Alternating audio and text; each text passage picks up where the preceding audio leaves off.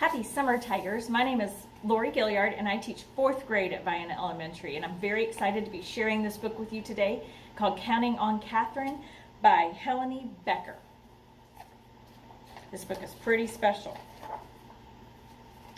Catherine loved to count. She counted the steps to the road, the steps up to the church, the number of dishes and spoons she washed in the bright white sink.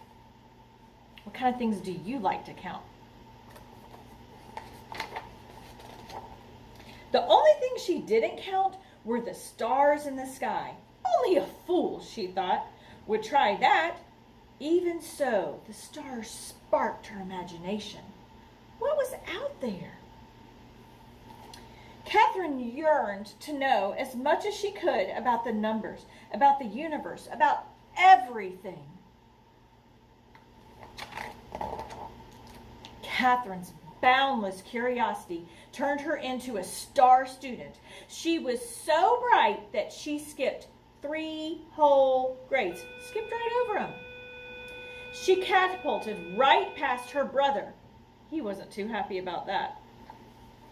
I don't know that I blame him. Look at all that math she's doing.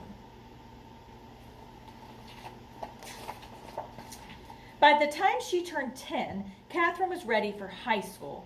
But back then, America was legally segregated by race. That meant that people couldn't go to the same school if they had different color skin, which was horrible, horrible, horrible. Her town's high school didn't admit black students of any age. Catherine burned with fury.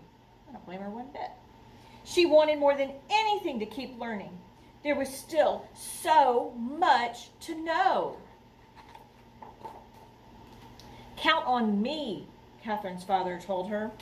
By working night and day, he earned enough money to move the family to a town with a black high school. Catherine loved high school. She was good at every subject, but math was still her favorite.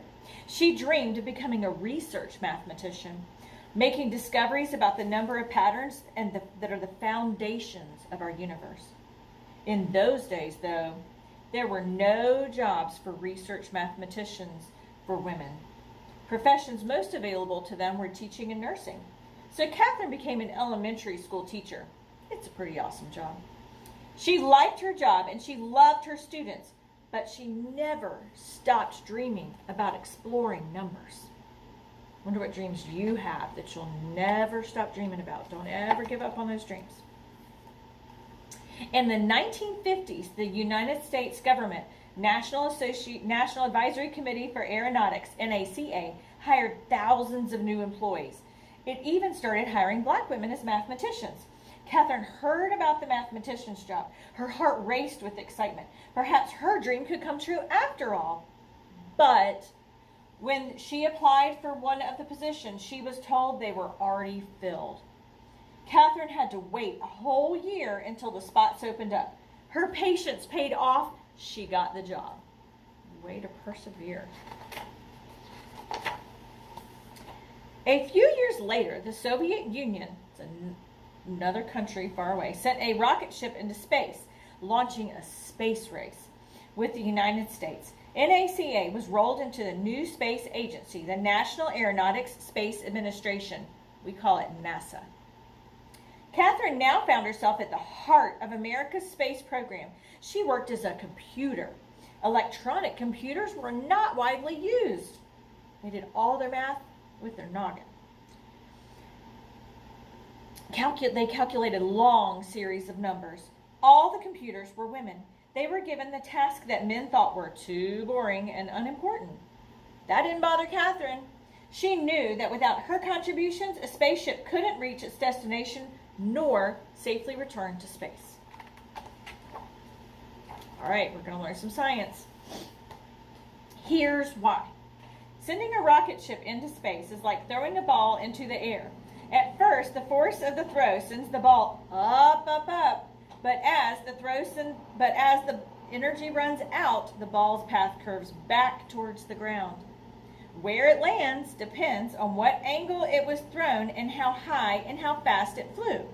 Because math is a kind of language, Catherine could ask those questions. How high would the rocket ship go? How fast would it travel? Using numbers, and numbers would provide the all-important answer.